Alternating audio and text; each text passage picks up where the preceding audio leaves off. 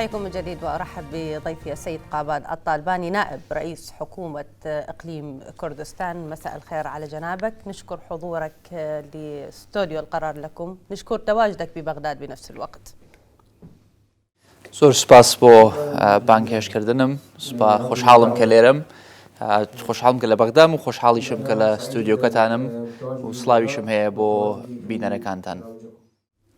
طيب خلينا نبدأ إذن بالمحاور. اسمك هو اسم لملك إمبراطورية ميديا الكردية بسنة 500 قبل الميلاد مثل مذكور بالتاريخ. حقق الانتصارات بحربه بتاريخ 21 آذار، ولهذا اليوم كأعياد نوروز تحتفلون بها بشكل دائم.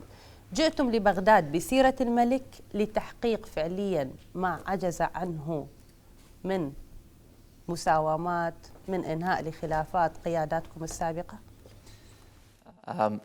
نا والله ئێمە وەکو ئیمپراتۆرێک نەهاتووینەتە ئێرە، ئێمە هاتووین بۆ ئەوەی کێشەیەک کە ئەمڕۆ هەیە لە بینی هەرێمی کوردستان و حکوومەتی فێدرال چارەسەر بکەین. کە لێرەین گفتوگۆیەکمان دەست پێ کردووە لە چوارچێوی قانونێک کە لە پەرلەمان دەرچووە، پێڵێن قانونی تەمویلی عەجزی مالی، و ئەم قانونە لە پەرلەمانی عێراقا دەرچووە بەبێ دەنگی نوێنەرانی هەرێمی کوردستان، بەڵام قانونێکە کە ئێمە ئەبێ احترامی بگرین چکەم پەرلەمان دەنگی پێداوە. بۆی ئێمە هاتووین بۆ ئەوەی ئەم قانونە جێبەجێ بکەین. ئەم قانونە هەندێک ئیلتیزامی خستووەتە سەر شانی هەرێمی کوردستان و ئێمە ئامادەین ئەو التزامانە جێبەجێ بکەین، بەس بەرامبەر بەو التزاماتانە هەندێک حەقیشمان هەیە. أهم الأمور اللي هي شنو بعض الأمور تتحدث عنها؟ خۆی دوو ئەرکمان پێش پێدراوە، یەکێکیان ئەوەیە کە ئەبێ داهاتی ئەقیامی نەوت تەسلیم بکەین، لە عینی کاتیشە داهاتی غەیرە نەوت تەسلیم بکەین. مقابل بەمە حسەیەکمان ئەدرێتێ لەو قەرزەی کە وەرگیراوە بۆ پڕکردنەوەی ئەو عەجزەی کە ئێستا هەیە. بالمقابل سيتم تسليمنا الحصة المحددة في قانون الاقتراض لإقليم كردستان. هذه نقطة الخلاف الأساسية اللي صار لنا سنوات يتحدثون عنها، اللي هي موضوع واردات النفط وغير النفطية منها. أنتم تحدثتم كجانب كردي إنه سوما وزارة النفط هي الرافضة هذه المعادلة، رافضة لاستلام واردات النفط. أكو المشكلة بوزارة النفط وبسوما تحديدا، ليست المشكلة عند الجانب الكردي. هذه ليش ما تم توضيحها؟ وليش ماذا توضح للشارع العراقي أيضا بعربة وكردة وكل فئاته؟ خۆی کێشەکان زۆرن، کێشە تەنها لە مەوزوعی قانونی قەرز نییە و تەنها ڕەبتی بە ڕاتبی مۆڵەفینی ئێمە نییە. کێشەی جۆرا و جۆرمان هەیە، بەشێکیان ئەگەڕێنەوە بۆ تەفسیری دەستور. هناك مشاكل متنوعة بعضها تعود إلى تفسير الدستور. بەڵام ئێمە سەردانی ئێمە ئەم جارە تەنها لە چوارچێوەی جێبەجێکردنی قانونی قەرزە. ولكن زيارتنا هذه المرة هي في إطار تطبيق قانون الاقتراض. و ئێمە هەستێکمان لا دروست بووە کە جەوێکی ناسەحی هەیە لە ناو سیاسەتی عێراق ئەمڕۆ. نحن نشعر الآن بأن هناك جو غير صحي في الأجواء السياسية العراقية. وبەرەو انتخاباتی شەڕۆین. ونحن نتجه نحو الانتخابات. بۆیە جۆرێک لە فشاری سیاسی هەیە لەسەر هەموو لایەک. هناك نوع من الضغوطات السياسية على جميع الأطراف. بۆیە ڕەنگ بێ ئەمە پرۆسەکەی توزێک قورستر کرد بێت. ولربما هذه المسألة سوف تثقل هذا الأمر.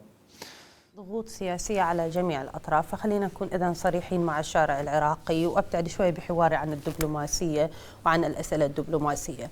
راح أتحدث بوضوح وبصراحة، وأكيد الترجمة راح توصل لجنابك بصراحة لكي ترد علي بصراحة. اليوم الفجوة تختلق من بعض سياسيي أو ممثلي الأغلبية الحاكمة اللي هي تعتبر الشيوعية منها بكل خطاباتهم الإعلامية. عندما نوجه لهم السؤال لماذا لا يحل موضوع واردات النفط، يقولون الجانب الكردي هم الغير رافضين لموضوع تسليم واردات النفط، لكن لما نحاور الجانب الكردي نعم هم مع تسليم واردات النفط. هنا نصل لفجوة ليختلقها بعض نواب المكون الشيعي.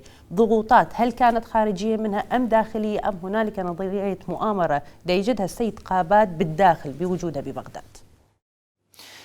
ئێمە لە مانگی 2019 لە سەردەمی بەڕێز دکتۆر عادل ڕێککەوتە بووین لەگەڵ حکوومەتەکەی دکتۆر عادل کە نەوت تەسلیم بکەین. من سنة 2019 اتفقنا مع رئيس الوزراء السابق عادل عبد المهدي على تسليم موارد النفط. و ئێمە لە چوارچێوی ئەو ڕێککەوتنە کە ڕێککەوتنێکی زۆر باش بوو، چەندین ئەرک و بەرپرسیارەتی و مافی هەرێمی کوردستان دەستنیشان کرابوو. بەڵام بەداخەوە ئەو ڕێککەوتنە کە ئەبوایە ببێ بە بەشێک لە موازنەی 2019 بووبرە نەچووە باری جێبەجێکردن لەبەرەوەی کە بەڕێز دکتۆر عادل ئیستیقالەی کرد کە ئیستیقالەی کرد بوو بە حکوومەتێکی کاربەڕێکەر کە بوو بە حکوومەتێکی کاربەڕێکرد نەیەتوانی ئەو موازنەیە بنێرێ بۆ پەرلەمان. بۆی ئەساسی کێشەکەمان ئەگەڕێتەوە بۆ ئەو سەردەما. الواجبات التي تم تحديدها خلال تلك الاتفاقات التي كانت الواجبة على أقليم كردستان الالتزام بها، لكن مع الأسف حكومة عادل عبد المهدي قدمت استقالتها ولم نرى في 2020 تطبيق لهذه الاتفاقات وعدم وجود قانون الموازنة. بۆیە ئێمە زۆر جار ئەکرین کە نەوت ڕادەست ناکەین یان داهاتی نەوت ڕادەست ناکەین. من حەزەکەم لێرە لەم بەرنامەجەوە بە جەنابتان و بە بینەرەکانتان بڵێن ئەو ئیتیهامانە دروست نین. ئێمە ئامادەبوونی خۆمانمان دەربڕیوە لە کاتێکدا کە نەوت بەرمیلێک نەوت لە $60 بوو، ئێمە ئامادە بووین بگەینە ڕێککەوتنێک لەگەڵ حکوومەتی فێدرالی. بەڵام حکوومەت گواسترایەوە قەتعێک کەوتە ئیلاقەکان، جۆوە سیاسیەکە بەرەو ئینتیخابات ئێمەی برد و ئەو تەفاهمەی کە هەمان بوو لە مانگی 2019 ئەمڕۆ هەستی پێ ناکەم لەو بیئەی کە من ئەم هەفتەیە کە من لێرە بوومە هەست بەو جۆرە تەفاهمە ناکەم کە لە مانگی 2019 هەستمان پێی کرد.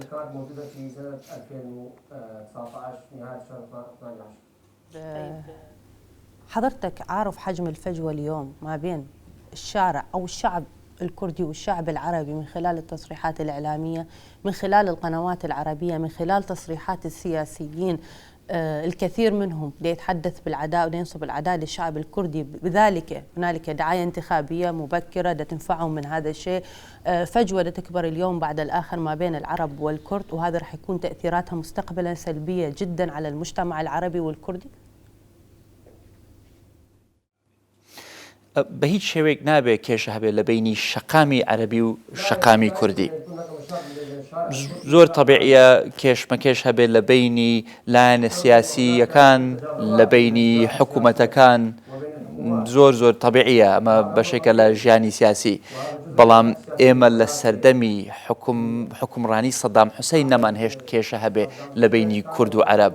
بۆیە بە هیچ شێوەیەک نایڵین کێشە هەبێ لە بینی کورد و عەرب ئەمڕۆ لەم سەردەمەی کە حکوومەتێکی نوێ لەسەر حکومە و کە ئێمەش بەشێکین لەو حکوومەتە و لەو دەسەڵاتە. بۆیە من باوەڕ ناکەم کێشە هەبێ لە بینی تاکی کوردێک و تاکی عەربێک لە عێراق. کێشەکان سیاسین، کێشەکان پەیوەندیان بە حکوومەتەوە هەیە، پەیوەندیان بە قانونەوە هەیە، ڕەنگ بێ پەیوەندیان بە تەفسیری دەستورەوە هەیە.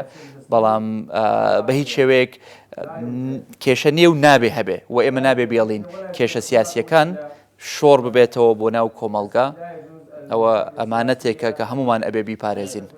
عملية تثقيف بالوقت الحالي، محاولة تثقيفية من البعض اليوم يوصل رسالة للشارع الجنوب تحديدا، ما أتحدث عن المحافظات الغربية المدمرة بنسب عالية، أنه أموالكم تسرق من الجانب الكردي. الموازنة لا تقر لأنه الجانب الكردي لا يسمح بذلك. لهذا ماذا يعطون تبريرات حقيقية عن موضوع أسعار النفط؟ الأزمة دائما دا يوجد بها الجانب الكردي.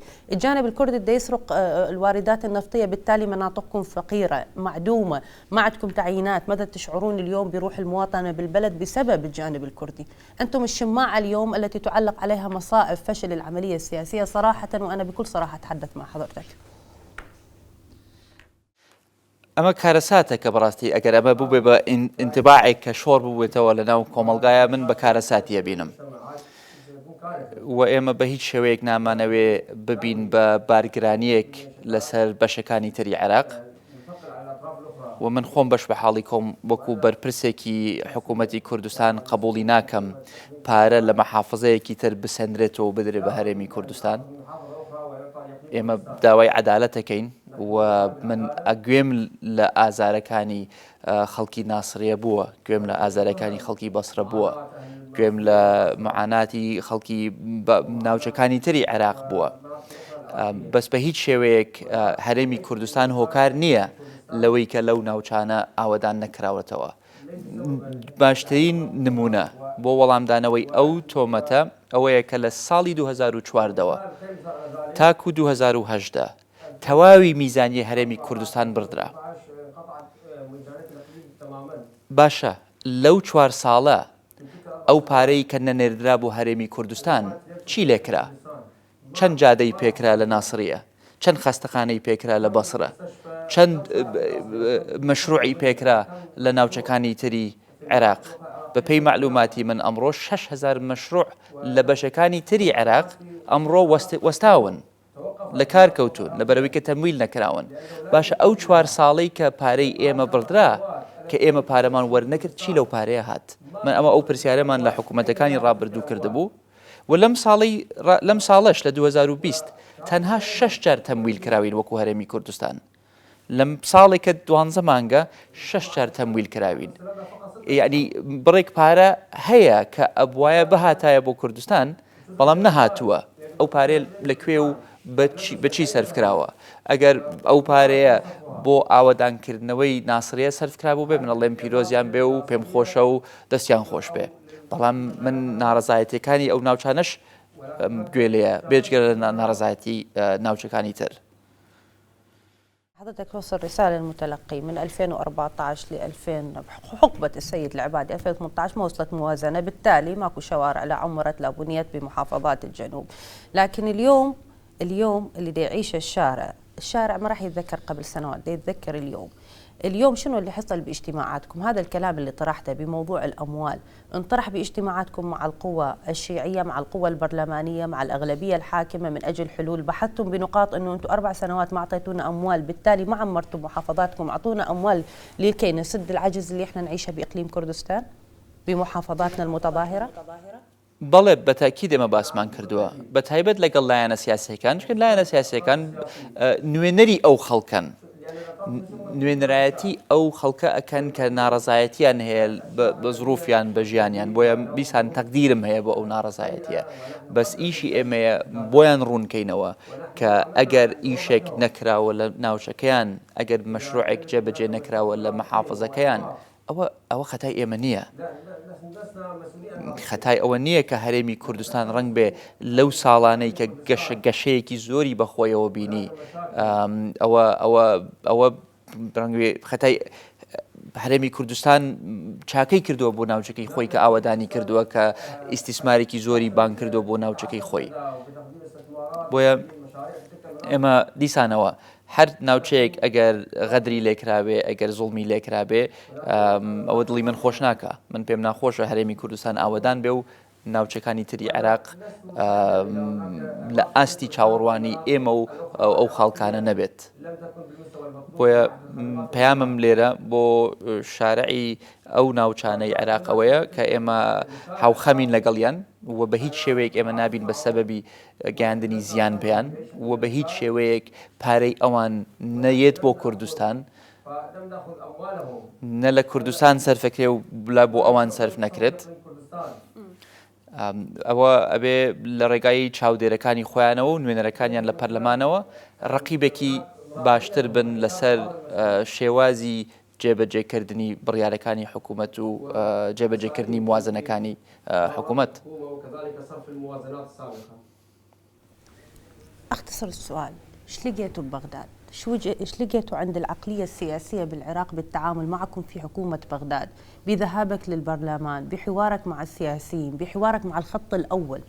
هذا الخطاب اللي يظهروا لنا حاليا تحدثوا به فعليا بمجلسكم؟ هاي نقاط مهمة أنا دا أبحث بتفاصيلها لكي تكون واضحة للمشاهد العراقي. اليوم دا أحاول أوظف حضورك للبرنامج يكون نقاط واضحة بالتفاصيل.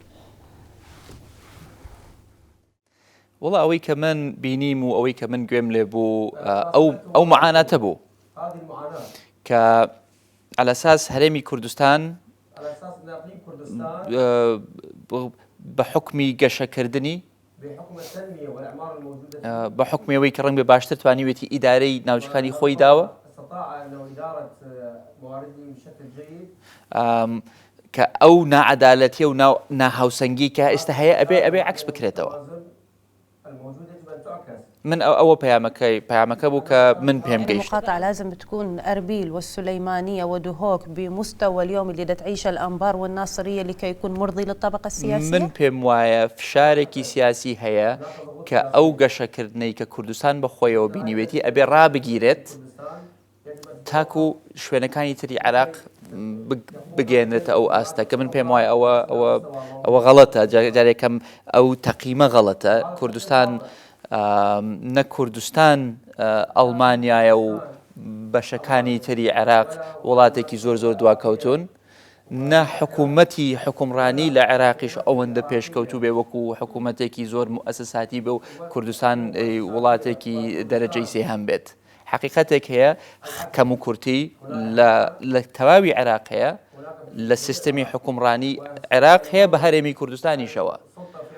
بۆیە لە جاتیەوەی ئێمە تۆهمەت ئاڕاستەی یەکتری بکەین بابین کێشە گەورەکان چارەسەر بکەین. عێراق دووچاری کێشەی گەورەی دارایی و ئابووری بووەتەوە و ئەمە دڵی من خۆش ناکە چکە من بەشێکم لەم وڵاتە و حکوومەتەکەی من ناتوانێت ناجح بێ. أنا جزء ولا من تنجح العراق. حكومتي بدون العراق. أتوقف بنقطة أنا جزء من العراق. ئێمە بەشێکین. اليوم حضرتك جئت بخطابك للطبقة السياسية على أنك جزء من العراق، أم كما يحاول البعض تصدير لنا في برامجنا أن اليوم الأكراد يتعاملون على أنهم دولة؟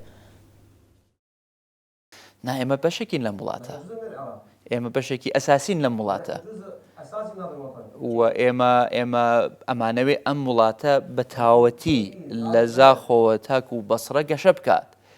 لە ساڵحی منە وەکو کوردێک لە ناو عێراق عێراقێک ببینم کە گەشە بکات، عێراقێک ببینم کە اقتصادەکەی بەقوت بێ، عێراقێک ببینم کە لە ئاستی نێودەوڵەتیە جێی خۆی هەبێت و قووەتی خۆی هەبێت. من هیچ ئیسیفادەی وەکو خەڵکێکی ئەم وڵاتە حەز ناکەم ئەم عێراق لاواز بێت تاکو من بڵێم وڵا کوردستان باشە. ناوە هیچ سوودی نییە، نەبوو عێراق نەبوو خەڵکی کوردستان. ئێمە حەزەکەین بەشێک بین لە عێراقێکی بەقوت کە اقتصادێکی بەقوەتی هەیە، کە پەیوەندی بەقوەتی هەبێت لەگەڵ تەواوی کۆمەڵگای نێودەوڵەتی و پەیوەندێکی بەهێزی هەبێت لە ناو خۆیدا. ئەو لە مەسلحەتی خەڵکی کوردستانە. هذه الجدية وهذا الطموح بعراق قوي اقتصاديا، قوي سياسيا، قوي علاقاته بالمحيط قوي. هذا الخطاب اللي حضرتك طرحته كان له مقبولية وتوافق من لقائك بالزعامات السياسية؟ أن تكون شريك بالبلد ببناء عراق قوي؟ ڕاستی تەوێت ویست سەریح بم، ئەمە سەریح بم لەگەڵ تا ئەمە تا بەرەبەیان ئێمە قسە لەگەڵ یەکتری بکەین قسە ناخوایی تر. قسە ئەو گومانە عیلاج ناکە. ئەمڕۆ بێسیقەیەک هەیە لە نێوان لایەنە سیاسیەکان. ئەو بێسیقەیە وای لێ کردووە و ئەم هەموو ساڵی ڕێککەوتن و ڕێک نەکەوتن و ڕێککەوتن و ڕێک نەکەوتن وای لێ کردووە کە قسە بکەین ئەو قسەیە جێی خۆی ناگرێتەوە. وهذه جعل من هذه المشاكل أن يكون هناك نوع من عدم التفاهم نتيجة التجربات الموجودة التي مرت خلال السنوات. ئەمڕۆ ڕۆژی ئیشکردنە، ڕۆژی ئەوەیە کە کەمتر قسە بکەین زیاتر ئیش بکەین. بدل الكلام أن نعمل ونفعل أكثر. عێراق دووچاری کێشەیەکی گەورەی دارایی بووەتەوە. العراق يواجه أزمة مالية كبيرة پێویستی بە ئیسلاحێکی ڕاستەقینەیە. ويحتاج إلى إصلاح حقيقي. ئێمە لە هەرێمی کوردستان هەندێک ئیسلاحمان دەست پێ کردووە. نحن بدأنا في إقليم كردستان بمجموعة من الإصلاحات. وڵاتانی جیهانی هاوکاری عێراقن ئەمڕۆ بۆ ئەوەی پیاچوونەوەیەک بە سیستمی حکومڕانی خۆشی بکە. والدول العالمية تساند العراق اليوم في مراجعة سياساتها أيضا. سوودی نییە من بە ئیسلاحی خۆمەوە مەشغوڵ بم و بەڕێزان لە حکوومەتی فەدرالی بە ئیسلاحی خۆیانەوە مەشغوڵ بن و ئەم دوو ئیسلاحە هیچ پەیوەندی بە یەکەوە نەبێت. وليس من مصلحتنا أن ننشغل بإصلاحاتنا ونترك إصلاحات إخوتنا في الحكومة الفيدرالية ولن يكون هناك أي تفاهمات بين الطرفين. کاتی هاتووە ئێمە ئەهەندێ لەم پرۆژانەی ئیسلاح یەک بخەینەوە. يجب علينا توحيد هذه المشاريع الإصلاحية. ئێمە کێشەی بندیوارمان هەبوو. نحن لدينا مشاكل الفضائيين. نەمانەزانی مەعاشە دەین بە کێ. لم يكن نعرف إلى من تعطى الرواتب. هاتین لە ماوەی 6 مانگ هاتین بە سیستمێکی بایۆمەتری هەموو ئەو کەسانەی کە موچەیەک یان منحەیەک وەرەگرن تۆمارمانکردن لەم سیستمەیە. وجئنا بنظام إلكتروني ووفق النظام البايومتري وسجلنا كل من يستلم الرواتب والمستحقات. بۆمان دەرکەوت چەند کەس زیاتر لە یەک موچە وەرەگرێ، بۆمان دەرکەوت کێ بە نایاسایی موچە وەرەگرێ، کێ لەکوێ مەعاشێک وەرەگرێ و بۆ. وقد توصلنا إلى من يستلم أكثر من راتب ومن يستلم مستحقات ومن يستلم أكثر من راتبين أو 3. ئەمە شەستا هاوکارە بێ بۆ ئەوەی سپەینە بتوانین حجمی حکوومەتەکەمان بگونجێنین لەگەڵ ئەو ئیشەی کە پێی سپێردراوە. ونحن يكون هذا من صالحنا مستقبلا أن يكون مع حجم حكومتنا ومصالحنا. ئەمە تەجروبەیەکی ناجح بووە لای ئێمە ئامادەین باسی ئەم تەجروبەی خۆمان بکەین لەگەڵ برادران لە حکوومەتی فەدرالی. هذه تجربة ناجحة لنا ونحن مستعدون أن نطرحها مع أخوتنا في الحكومة الاتحادية. چەندین چاکسازیش ئەنجام دراوە لە ناوەن حکوومەتی فەدرالیەوە کە ڕەنگ بە ئێمە بتوانین ئیستیفادەی لێ بکەین. هناك عدة إصلاحات حدثت في الحكومة الاتحادية ومن الممكن أن نستفاد منها نحن. يعني ئێمە بەسە ئەو شعارەکان لە بینمانە و ئەبێ دەستور وابێ و بێ قانونەکان وابێ هەندێک ئیشی عملی هەیە کە ئەتوانین بەیەکەوە بیکەین. يكفي شعارات أن نقول أن القانون كذا والدستور كذا، يجب علينا العمل فعليا. ئێمە مشکلەی حکومڕانیمان هەیە لە عێراق بەگشتی بە هەرێمی کوردستانیشەوە. نحن لدينا مشكلة سلطة سواء في العراق وفي إقليم كردستان أيضا. حکومڕانی السلطة. ئەم شێوازی بەڕێوەبردن کێشەیە لێرە. أسلوب السلطة، أسلوب إدارة الدولة هنا مشكلة. ئەم کە ئێستا تۆ لە یەکێک بپرسی معاناتی چییە؟ معاناتی ئاوە، معاناتی کارەبایە، معاناتی خزمەتگوزاریە. عندما تسأل شخص ما هي مشكلتك يقول لك مشكلتنا الماء والكهرباء والخدمات. ئەم مشکلانە لە ڕێگای ئیدارەیەکی باشتر چارەسەرەکرێ. هذه المشاكل تتعالج مع إدارة جيدة وناجحة. ئەزمە گەورەکە ئەزمەی حکومڕانیە، ئەزمەی بەڕێوەبردننی دەوڵەتە. الأزمة الكبيرة هي أزمة السلطة وأزمة إدارة الدولة. بۆیە ئەمە ئیشێکی تەکنیکیە. وهذا أمر فني. پێویست ناکە لایەنە سیاسیەکان بێنە سەرخەت و بڵێن ئەم پرۆسەیە بۆوە ئاڵۆزە بۆ ئەم هەموو ڕوتینە بەم شێوەیە هەیە. هنا أقاطعك. القوى السياسية أو البعض منها يتدخل بهذه الأمور الفنية التفصيلية اللي حضرتك تتحدث عنها، لأنه أكو إيرادات خارجية دولية هي من تتحكم بالبعض منهم. هذا بحديث كثير من السياسيين اللي كانوا موجودين اليوم أم من الجيل الماضي منهم من بعد 2003 بموضوع الكهرباء وإيرادات دول، بموضوع النفط ووارداته هنالك تدخلات من دول أخرى وطريقة التعامل مع الشركات. فهذه ليست إرادة عراقية 100% خالصة لتكون الحلول بسيطة كما حضرتك تتحدث.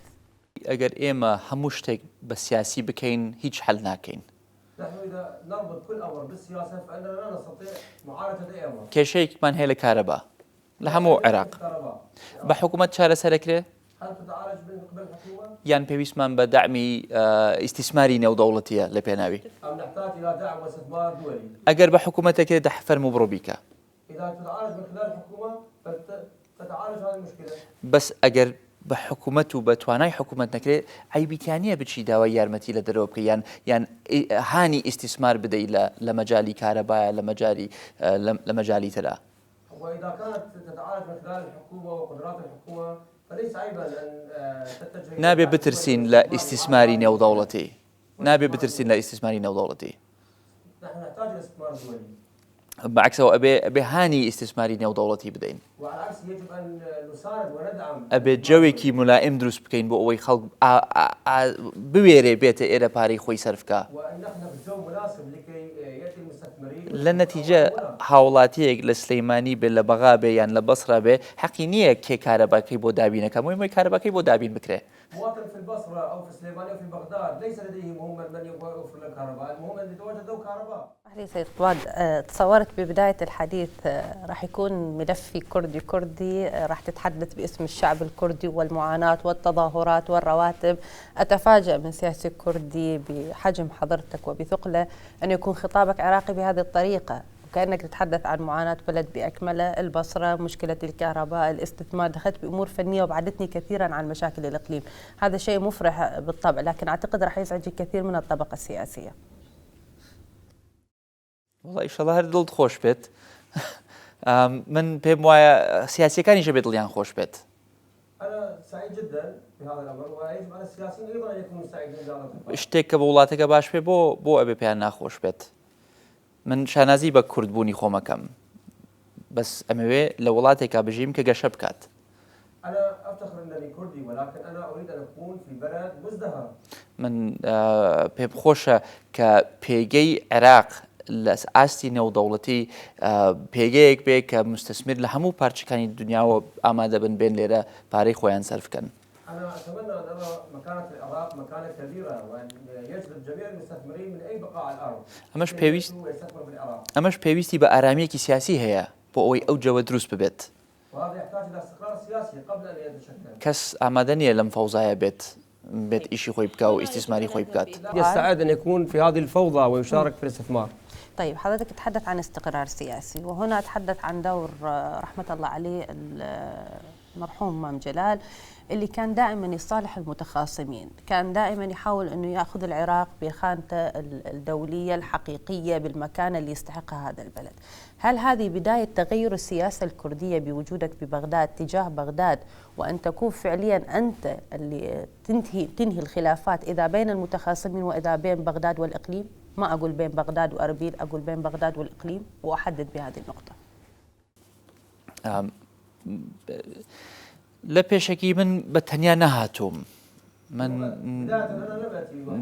نوێنەرایەتی حکوومەتێکەکەم کە دوێنەرایەتی قەزیەیەکەکە،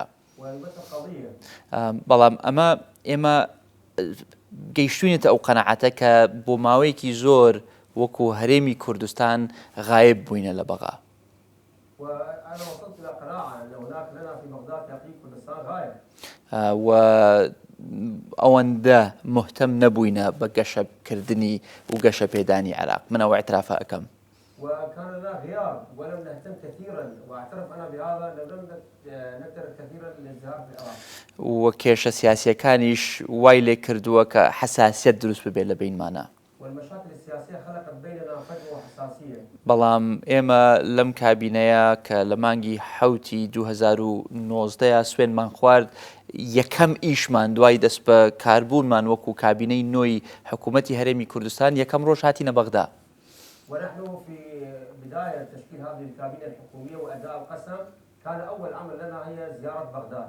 نەچوین بۆ تاران، نەچوین بۆ تورکیا و نەچوین بۆ ئەمریکا، هاتین بۆ بەغدا و هاتینە ئێرە وتمان ئێمە ئەمانەوێ لاپەڕەیەکی نوێ هەڵبدەینەوە و ئێمە بەغدا بە عمقی استراتیژی خۆمانی ئەزانین. كانت الأبواب مشرعة لكم لهذا المشروع، سعيدين بحكومة بغداد بهذه السياسة؟ الحكومة الحالية أقصد، حكومة السيد أبو هيا، السيد الكاظمي، السيد محمد الحلبوسي، الدكتور برهام صالح.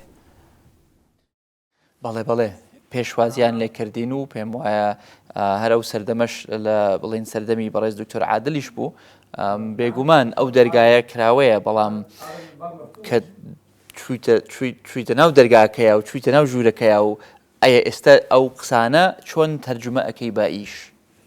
حتى لو ذهبت إلى الباب الآن المسألة كيف تترجم تلك الأقوال إلى أعمال. ساڵێکی قورسمان هەبوو. عبرنا سنة ثقيلة کۆتایی 2019 ئاسان نەبوو، و2019 لم يكن سهلا بدایەتی 2020 ئاسان نەبوو ولم يكن سهلا بداية 2020 و گۆڕینی حکوومەت لە بینی حکوومەتی دکتۆر عادل و دوای چەندین مڕەشەح پێشنیار کرا و دوای ڕێککەوتن لەگەڵ لەسەر بەڕێز کاظمی ئەمانە هەمووی کێشەیان دروست کرد لە بەردەم جێبەجێکردنی ئەم نیەتەی کە ئێمە هەمان بوو و ئەوەی کە هەستیشمان کرد هەیە. الاتفاق الموجود. طيب هسه أنت تتحدث عن حكومة بغداد، نعم سعيدة، سعيدة بوجودكم، سعيدة بقدومكم، سعيدة بالمشروع الوطني العراقي القوي اللي بدها تتحدث عنه، لكن بنفس الوقت الكلام شيء والفعل شيء. الفعل ما شفنا لحد هذه اللحظة أنكم توصلتوا لاتفاق. شعارات حضرتك بدأت أنه الشعب العراقي تعب من الشعارات، حتى الشعب الكردي، الشعب العربي، الجميع مال من الشعارات. شعارات الحكومة شيء والواقع شيء. الواقع الحقيقة اللي لمستوها ببغداد اليوم، أكو جدية لأن يكون هنالك عراق واحد من خلالكم ومن خلال جميع الفئات، أم لا راح تظل الفجوة مستمرة لحلول الانتخابات وبعد الانتخابات، وراح نظل بكل فترة إعلامية نتحدث أنه الأكراد سرقوا أموالكم والأكراد يسرقون أموال الشعب العراقي، وبالتالي يعمرون مناطقهم على حساب مناطقكم. أرجع لهذا الشعار اللي بدأت به الحلقة. تفضل.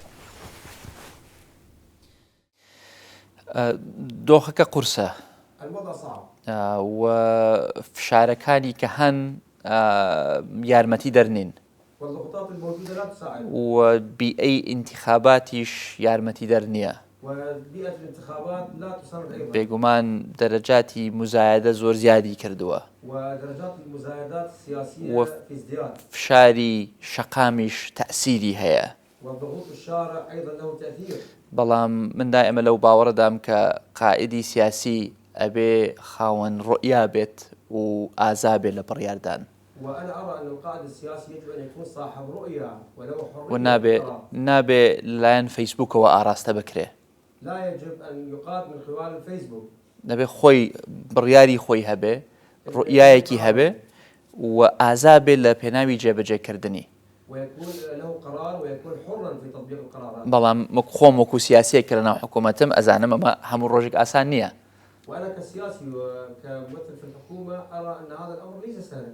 بۆیە من هەستەکەم نیەت هەیە بۆ ڕێککەوتن، لذا أنا أرى أن هناك نوايا للاتفاق. بەڵام هێشتا ئەو تەفسیر و تێڕوانینە غەڵەتە هەیە بەرامبەر بە هەرێمی کوردستان ولكن هناك وجهة النظر الخاطئة تجاه إقليم كردستان. وە شۆڕ بووەتەوە لەناو ئەنجومەنی نوێنەران وقد تأثرت في مجلس النواب.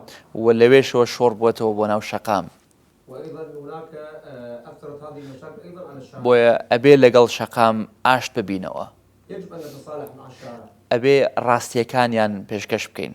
يجب أن نقدم لهم الحقائق. نایم بڵێم هیچ کەم و کورتیمان نەبووە و هیچ کەم و کورتیمان نییە.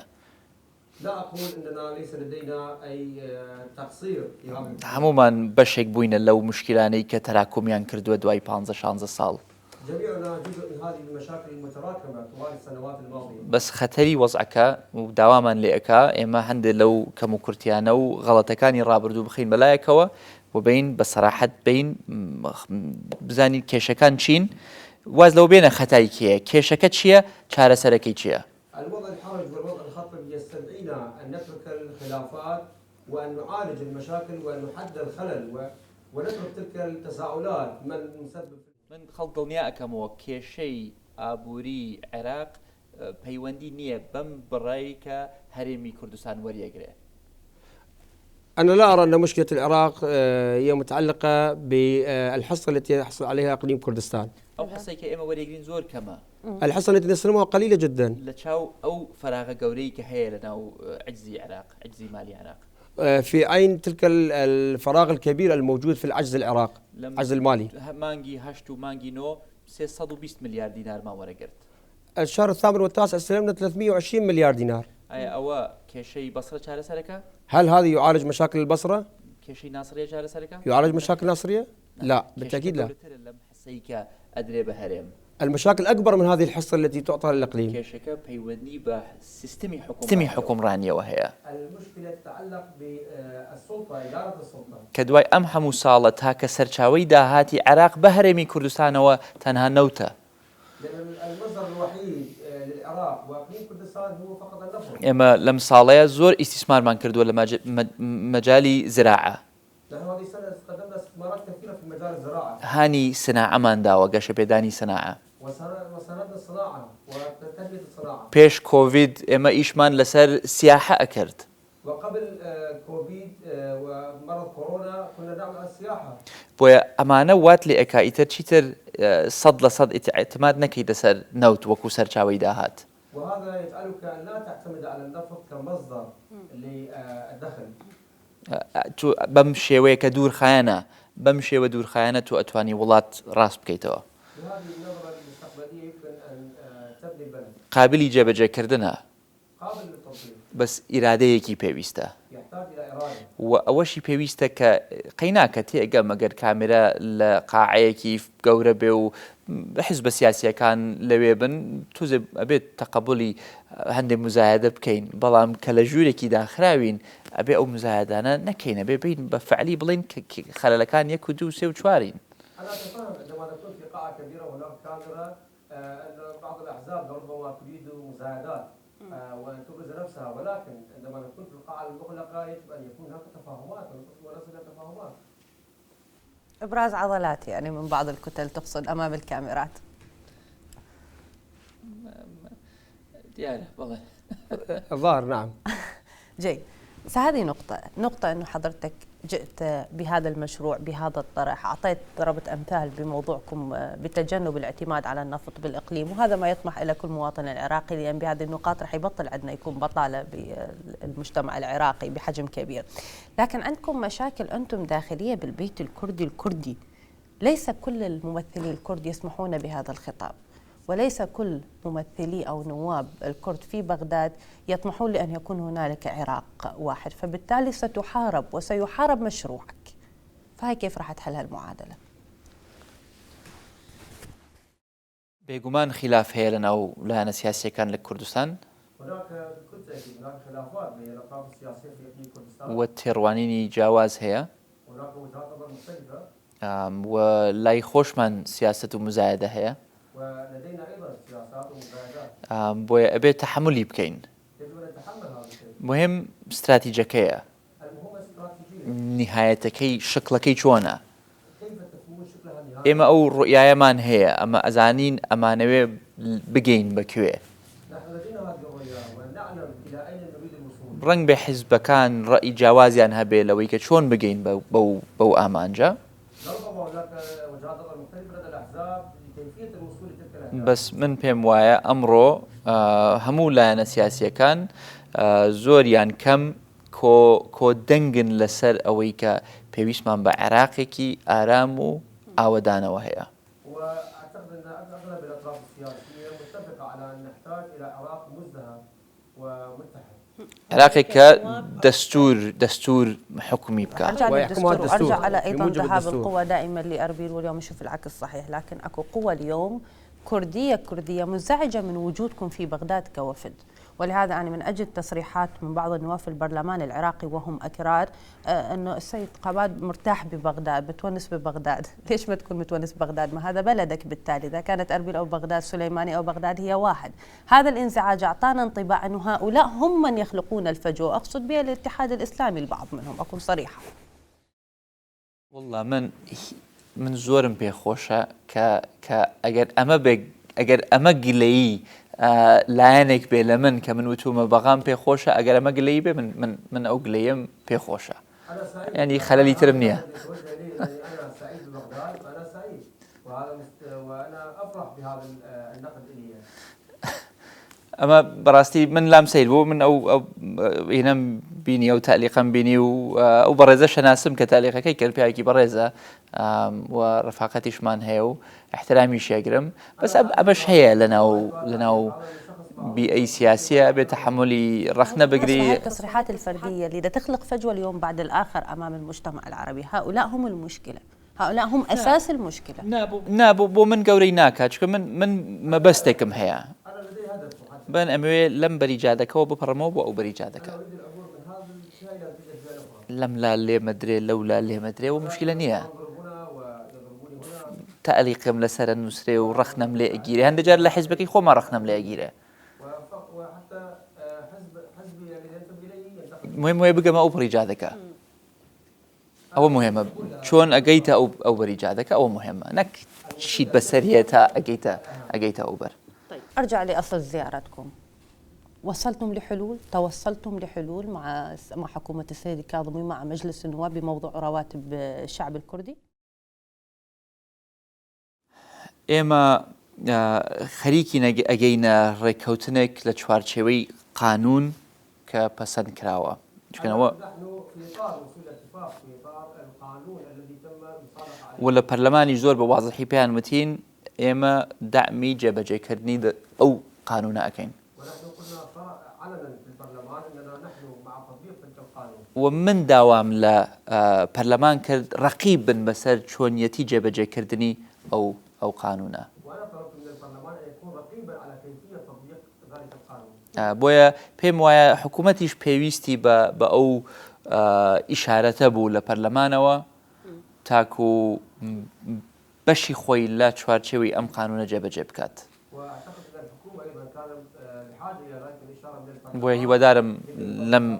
هیوادارم لەم چەند ڕۆژەی داهاتوودا پێشکەوتنی زیاتریشمان هەبێ و بگەینە ڕێککەوتنێک. يعني لهذه اللحظة لم يتم التوصل لشيء ما، شيء ما مفرح أقصد. تا ئێستا گەیشتونێتە زۆر تێگەیشتن لەسەر تەفسیراتی چکە تەفسیراتی زۆر هەر قانونێک بە تەکید تەفسیراتی جیاوازی بۆ دروستە بێت.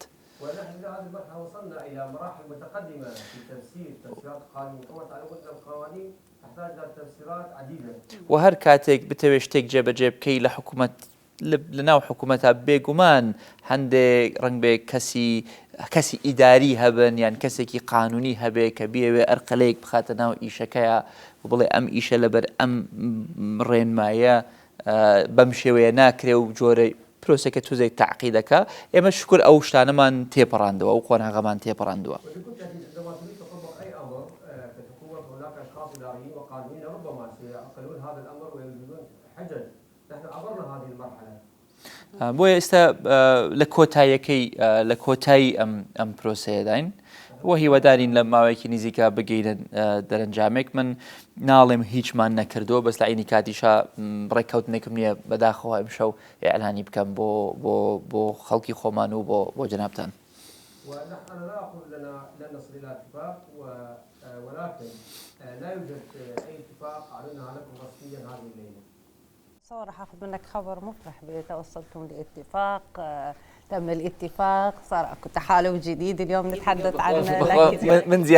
من زياتر بس أوش تبت إن شاء الله أوش تبت.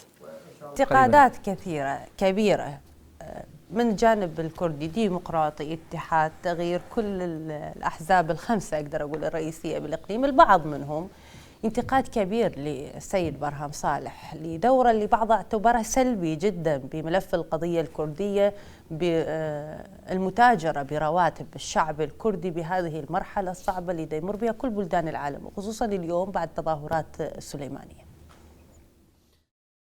نعم پێم وایە ئەو ڕخنانە لە جێی خۆیان نین. انا اعتقد هذه الانتقادات ليست صحيحه. ڕاستە ینی دکتۆر بەرهام کوردە. صحيح ان الدكتور برهم كردي. بەڵام دکتۆر بەرهام سەرۆکۆماری عێراقە. ولكن الدكتور برهم رئيس جمهورية العراق. و ڕاستە ئەبێ لە چوارچێوەی ئەرکەکەی خۆی نەهێڵی کورد غەدری لێ بکرێت. صحيح انه بالمهامي ان لا يقبل بغدر الكرد. بەس ئەوە بێ پارێزەری دەستوری عێراق بێت. ولكن يجب ان يكون حامي دستور. و ئەبێ خەمی هەموو پێکاتەکانی عێراق بخوات. ويجب ان يراعي جميع مصالح العراقيين. بێگومان کە منصبێکی وا گەورەت هەبێ خەڵک چاوەڕوانی زیاترە بێت. بكل تاكيد لما يكون لك منصب كبير كهذا فالناس تنتظر منك. بەس منەزانم بۆ ئەم پرس و پرۆسانە لەسەر خەت بووە و بەپێی توانای خۆی و بەپێی ئەو پێگەی کە هەیەی هەوڵی داوە لایەنەکان نزیک بکاتەوە هەوڵیشی داوە بمان نزیکمان بکاتەوە لە ڕێککەوتنێک. وفي هذه المشكلة كان له دور كبير وحاول كثيرا من أجل تقارب وجهات النظر بيننا وجمعنا في قاعدة واحدة. بس کەسیشمان بێ کەم و کورتینین طبعا. وليس كلنا لدينا تقصير. هذا أسلوب الدبلوماسية جاوبتني به بما يخص السيد برهم صالح. أنا أتقبل من حضرتك لكون هذا أول لقاء تلفزيوني لك باستوديو بقناة عربية، فما راح أدخل بنقاش هذا عم نصير أزمة سياسية نكون إحنا سببا. لكن أرجع وأكد على أن موقف الدكتور برهم صالح فخامة رئيس الجمهورية من الملف الكردي بتوصيف الكثيرين كان يتعامل بسلبية جدا، كما هو الحال أيضا مع أزمات كثيرة عراقية أخرى، وهذه ليس أزمة سياسية بقدر ما هذا هو واقع حال، وهذا انتقاد من كثير من الكتل. طيب، زيارة السيد نجرفان بارزاني لماذا أجلت؟ لأن ما توصلتم لحلول حقيقية أم هنالك أسباب دبلوماسية ممكن نجهلها؟ نازانم من هەرگیز نەمبیست بوو کە ئەو زیارەتە بە فەرمی تهدید کرابێت وەکو کاتەکەی. أنا لم أسمع أن هناك زيارة رسمية، لم أسمع بوقت محدد لزيارة رئيس الإقليم. بڕیارە بێن من المقرر أن و پێشەوەی بێن بۆ بەغدا کۆبوونەوەیەکی سەرۆکایەتی سێ حیزبە ڕئیسیەکانی هەرێمی کوردستان کرا. وقبل مجيء هناك اجتماع لقيادات الأحزاب الرئيسية في إقليم كردستان. پارتی ئیتیحاد و تەغیر گۆڕان. لەوێ بڕیار درا کە ئێمە وەکو حکوومەت بین لەسەر مەوزوعی قانونی تەمویلی عەجزی مالی ئەم پرۆسەیە یەکلا بکەینەوە. وهناك تم القرار أن نزور بغداد وأن نحاول حل مشكلة قانون الاقتراض المالي. بەڵام لە پاڵ ئەمەیە باسی ئەوەش کرا کە پێویستە پێگەی سیاسی کورد لە بەغدا و لە ناوچەکانی تری عێراق بەهێز بکەین. وهناك تم أيضا إجراء تأكيد على تقوية مكانة الكرد في العراق والمناطق الأخرى. بۆیە بڕیار درا کە هاوتەریب لەگەڵ ئیشەکەی ئێمە وەکو حکوومەت وەفدێکی باڵای سیاسی بە سەرۆکایەتی بەڕێز سەرۆکی هەرێم و نوێنرایەتی باڵای یەکێتی نیشتیمانی کوردستان و گۆڕان بزوتنەوەی گۆڕان بێن بۆ بەغدا بۆ ئەوەی جەولەیەکی سیاسی دەست پێ بکەن. وأيضا تم الإقرار أنه مع مجيئنا إلى بغداد أن يأتي وفد سياسي كبير برئاسة رئيس إقليم كردستان وحركة التغيير والاتحاد الوطني الكردستاني إلى بغداد لبدء بالمباحثات السياسية. بس ئیشی ئەوان نابێ بچنە ناو جزئیاتی جێبەجێکردنی ئەم قانونیان ئەو قانونە ئەمانە ئەبێ بێن بۆ وەکو دەعمێکی سیاسی بێ بۆ ڕؤیای هەرێمی کوردستان لە چوارچێوەی عێراق و باشترکردنەوەی ئەو عیلاقاتانەی کە ڕەنگ بێ ئەمڕۆ پێویستیان بە باشترکردن بێت. تفاصيل تطبيق القانون ولكن من أجل تقوية ودعم الكرد وتقويتهم في بغداد وخلق رؤية متوازنة وجديدة. تتوقعون ستعودون لإقليم كردستان وأنتم بيدكم بأوراقكم الحلول أم ستعودون بفشل، وأعتذر على هذا اللفظ، بإصلاح ما تم تخريبه بالسنوات السابقة؟ نا إن شاء الله بشكستەوە ناگەڕێنەوە. إن شاء الله بوادر الأمل موجودة، التفاؤل موجود. من گەشتبینم سەیکە ئێمە کێشەی زۆر گەورەترمان هەیە لە قانونی قەرز. نحن لدينا مشاكل أكبر من قانون الاقتراض. ئەمە مەسەلە فەنیاتە. هذا الأمر فني. موازنەی 2021 هذه الأمور ذهبت باتجاه أمور سياسية. قانونی نەوت و غاز ڕەنگ بێ بەڕێوە بێت، قانونی چۆن دابەشکردی داهاتی عێراق مناقەشە بکرێت. ساڵی 2020 ساڵێکی قورسە. لازم تظل ببغداد على الأقل سنة ونصف بضيافة بغداد لتجد حلول لهذه النقاط كلها. مشكلة ما نية. نحن ليس لدينا مشكلة، على العكس. بهذه الحكومة لازم أسألك سؤال بالدقائق الأخيرة، ممكن كجانب كردي تعطون الثقة لولاية ثانية للسيد الكاظمي بالواقع اللي شفتوه اليوم ببغداد من إدارة للحكم؟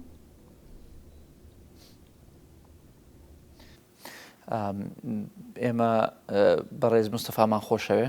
نحن نحب السيد مصطفى. ڕەفیقی کۆنی خۆمانە عیلاقەیەکی کۆنمان هەبووە لەگەڵی چ وەکو کورد وەکو لایەنی سیاسی هەندێکمان شخصی. بەس ئیعلانی کردووە کە بەشدارە بێ لە انتخابات و پۆستی ڕئیس وزرایەوێت بۆ خۆری داهاتوو. أنا أعطيتها فرضية، مجرد فرضية هي. بەخۆی ئەمە ئەبێ ئەو ڕۆژە باسی ئەمە بکەین کە ئەو پرسیارە بە بەڕەسمی لێمان بکرێ.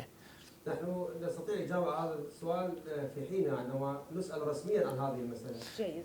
كاميرا حضرتك، حابة أعطيك بالدقائق الأخيرة المساحة اللي حضرتك توجه بها رسالة لإخوانك من العرب، من الجنوب، من المحافظات المحررة، من الوسط، وأيضا للشعب الكردي، لتكون صريحة جدا خلاف ما يطرح اليوم بمؤسساتنا الإعلامية من بعض الممثلين بالبرلمان ضد من الشعب الكردي. تفضل. پێشێکی سپاس دەکەم بۆ ئەم دەرفەتە. بداية أشكرك على هذه الفرصة. من ئەمەوێ لە ڕێگای ئەم کەناڵە جوانەوە پەیامی خۆم بگەێنم أريد من خلال قناتكم الكريمة أن أرسل رسالتي کە هەرێمی کوردستان بەشێکی کارا و کاریگەری عێراقە أن إقليم كردستان جزء فعال ومؤثر في العراق. و ئێمە وەکو کورد لە ناو هەرێمی کوردستان بەجددی ئەمانەوێ عێراق هەمیشە گەشە بکات. ونحن في إقليم كردستان جادون في مسألة ازدهار العراق. و حکوومەتێکی بەهێز و کاریگەری هەبێت. وأن تكون له حكومة قوية ومؤثرة. و ئێمە وەکو حکوومەتی هەرێم باشترین پەیوەندیمان هەبێت لەگەڵ حکوومەتی فەدرالی. وأن يكون لنا كحكومة إقليم أفضل العلاقات مع الحكومة و الاتحادية. بەفعلی مەفهومی فەدرالی جێبەجێ بکەین لە ئاستی عێراق. وأن يطبق مفهوم الفيدرالية فعليا في إطار العراق. و دەسەڵات شۆڕ بکرێتەوە بۆ محافظاتەکان. وأن تكون السلطات موزعة في المحافظات. و ئێمە بە هیچ شێوەیەک پێمان خۆش نییە کە بەشەکانی تری عێراق ئاوەدان نین. ونحن لسنا سعيدين أن نرى المناطق العراقية الأخرى غير مزدهرة. و حەست بە ئازاری ئێوە دەکەین. نحن نحس بمعاناتكم. و گوێمان لە ئازارەکانتان بووە. ونسمع معاناتكم. و بە هیچ شێوەیەک ئێمە هۆکار نین لەوەی کە نەتوانراوە لەم حەڤە ساڵی ڕابردوو ناوچەکانی تری عێراق ئاوەدان بن و لە ئارامی و لە ئاسوودەیە بژن. ونحن بأي شكل من الأشكال لسنا طرفا وسببا في أن المناطق العراقية غير مزدهرة ولا يوجد فيها رفاهية. ئێمە لەوانەیە کەم و کورتیمان هەبوو بێ لە ڕابردوو. نحن ربما لدينا تقصير في السابق. لەوانەیە هەندێک لە سیاسەتەکانمان خەڵکی بە شەرەفی پارچەکانی تری عێراقی عاجزیان نیگەران کردبێت. ولربما أن بعض سياساتنا قد كان سببا في أن المواطنين الأعزاء في المناطق الأخرى العراقية أن يكونوا متعضدين منها. بەڵام ئێمە هەرگیز نامانەوێ ئینتیباعێک هەبێ کە نامانەوێت عێراق گەشە بکە و ئاوەدان بێت. ونحن بأي شكل من الأشكال نرفض أن يكون هناك انطباع أن إقليم كردستان ضد ازدهار وتنمية العراق. و ئێمە هاوکارە بین لە ڕێخستنەوەی حکومڕانی لەم وڵاتە. ونحن سنكون مساندين لتنظيم وإعادة إدارة السلطة في العراق. و بۆیە من گەشببینم ئەگەر ئێمە بتوانین دوورکەوینەوە لە شعارە سیاسیەکان ئەتوانین کێشەکانی ئەم وڵاتە چارەسەر بکەین و ئاوەدانی بگەڕێنینەوە بۆ هەموو پارچەکانی عێراق. وأنا متفائل إذا ابتعدنا عن المزايدات أن نستطيع أن نصل إلى اتفاقات ونعيد الإعمار والازدهار للعراق.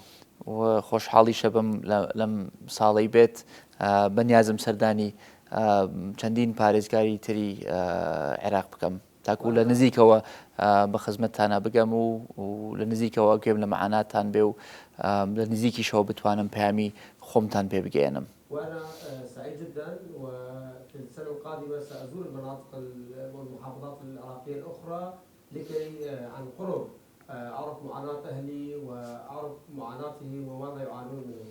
ودوباره سباس خوشحالم وام درفته.